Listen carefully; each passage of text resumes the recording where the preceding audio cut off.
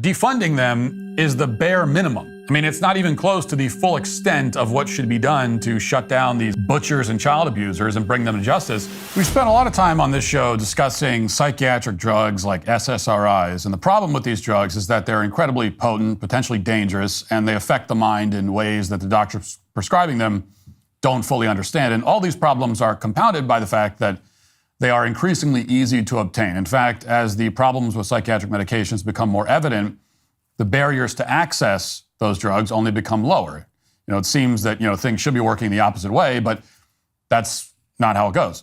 And if you want to get a highly potent, dangerous, mind-altering drug these days, you can get it. In fact, you probably don't even have to leave your house to get it. You can get it mailed to you. And this trend is becoming more and more common with an ever-increasing array of drugs. They are very easy to get. There's very little oversight, and you don't have to leave your house to obtain them. This is a major problem that will require all kinds of legislation to fix, but there are some steps we can and must take immediately to address this problem, address the problem of fraudulent, life-altering drugs being handed out in large quantities to young people in particular, basically on demand. One of those steps is to defund some of the largest distributors of these life-altering drugs, which is something that should have happened a long time ago, of course. If we can't ban these people from operating outright, then at the very least, we should stop giving them money and we should stop giving them tax breaks. What's happening is a genuine crisis, and it's not limited to SSRIs. It extends to a whole host of other drugs as well. And a new investigation by Live Action, the pro-life nonprofit, has just brought renewed urgency to this crisis and how completely out of control the problem really is. What I'm about to play is part of an undercover investigation by Live Action where they contacted various Planned Parenthood locations posing as a 16-year-old girl. And in these conversations, Live Action's 16-year-old girl requests, quote-unquote, gender-affirming care, including cross-sex hormones. And Planned Parenthood responds by saying that this is completely fine. They say that they'll do it virtually over, Zoom or something like that. And then they suggest that if the girl goes to a clinic in person, she does not need to be accompanied by her mother in the examination room. Watch.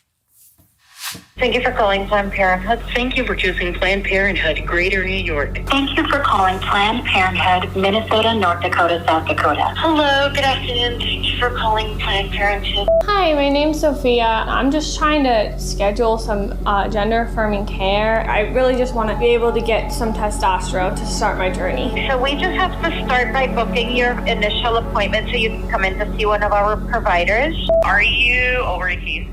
No, I'm 16. You're good to be seen here then, 16 and older. Perfect. Okay, good. You're okay to do it for minors? Yes, you can legally get hormones under 18. How old are you?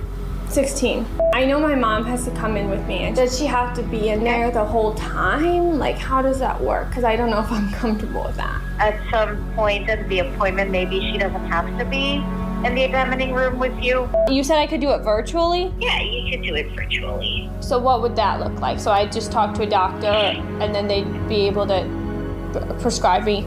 Yeah, if it's virtual, you'll still meet with the doctor and then go over all necessary information. At the end, they will then be prescribing hormones that would then be scripted out to your local pharmacy. I don't need any therapy or anything first? You don't need any record of that?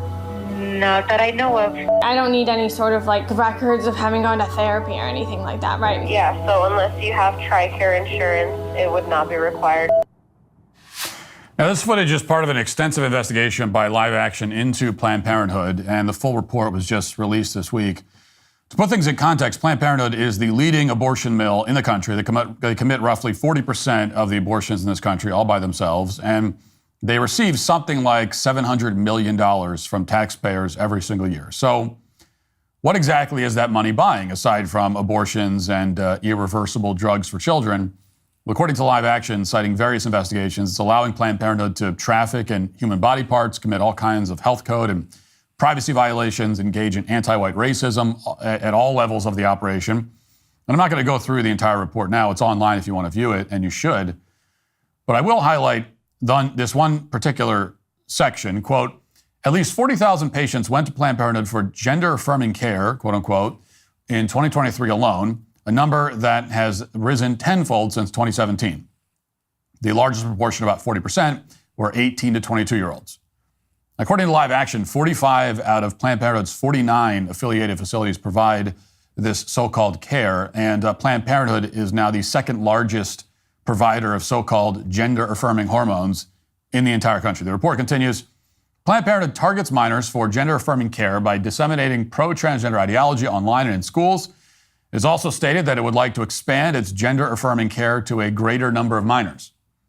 The report cites a video from Planned Parenthood in which the organization claims that puberty blockers are, quote, like a stop sign that pauses puberty without any potential side effects, which is completely false. Planned Parenthood also provides sex education materials to elementary schools, according to this report, including, quote, information about puberty blockers and graphics of pubic hair art. Now, in some cases, Live Action notes that Planned Parenthood was caught referring a 14-year-old undercover actor to gender-affirming treatments at another organization so that he could hide his so-called transition from his parents, and it goes on and on. Every page of this report is extremely difficult to read, and it's all very damning.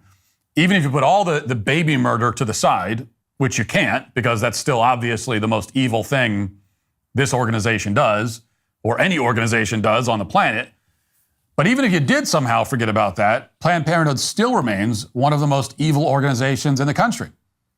Their explicit goal is to permanently alter the lives of young people with surgeries and hormones long before they're able to consent to anything like that. And as the report outlines, half the time, they don't even follow their own protocols, as limited as those protocols already are. Now, what's left unanswered in all of this is why Planned Parenthood still receives hundreds of millions of dollars in federal funding. Republicans, as you may know, control Congress and the White House. So why the hell are we still sending all this money to these butchers? To be clear, as Live Action's report outlines, you probably don't even need legislation to stop this funding. There are dozens of violations listed in this report which document Planned Parenthood's issues with patient privacy, fraud, trafficking of fetal remains, and so on. All of these problems by themselves are grounds for an executive order shutting down the funding immediately, but that hasn't happened yet, and Congress hasn't done anything either. Nor have they done anything about the mass prescription of SSRIs.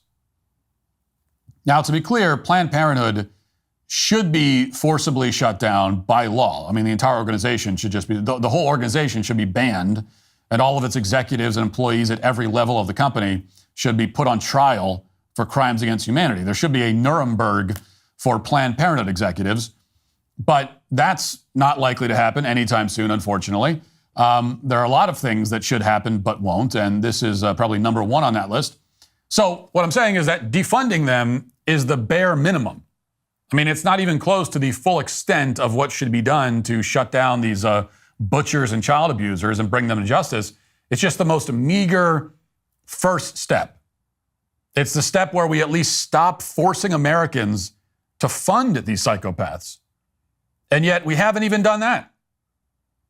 Republicans control the federal government, and yet somehow we are still sending hundreds of millions of dollars to Planned Parenthood. Why? What is the reason? I mean, what would be the negative consequence of defunding Planned Parenthood?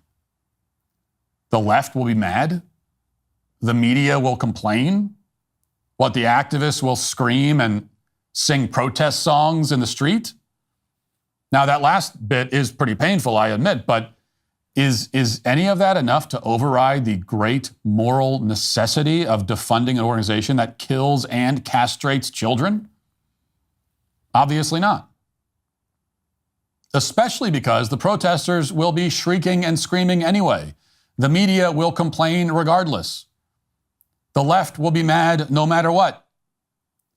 They're going to cry no matter what. We might as well give them something real to cry about. Now, that's not to say that Republicans in Congress haven't done anything at all. They're technically still showing up to work. Later in the show, we'll talk about what they accomplished this week, though, spoiler alert, it's not exactly groundbreaking stuff, although it is good. But it's well past time for elected Republican representatives, along with the White House, to take decisive action on the ghouls and butchers who call themselves healthcare providers. You know, last time Republicans controlled the entire government, nothing was done about Planned Parenthood funding. We just kept funding them. And that cannot happen again. It just cannot. If we can defund NPR, and the White House says we can, then we can defund these abortionists too.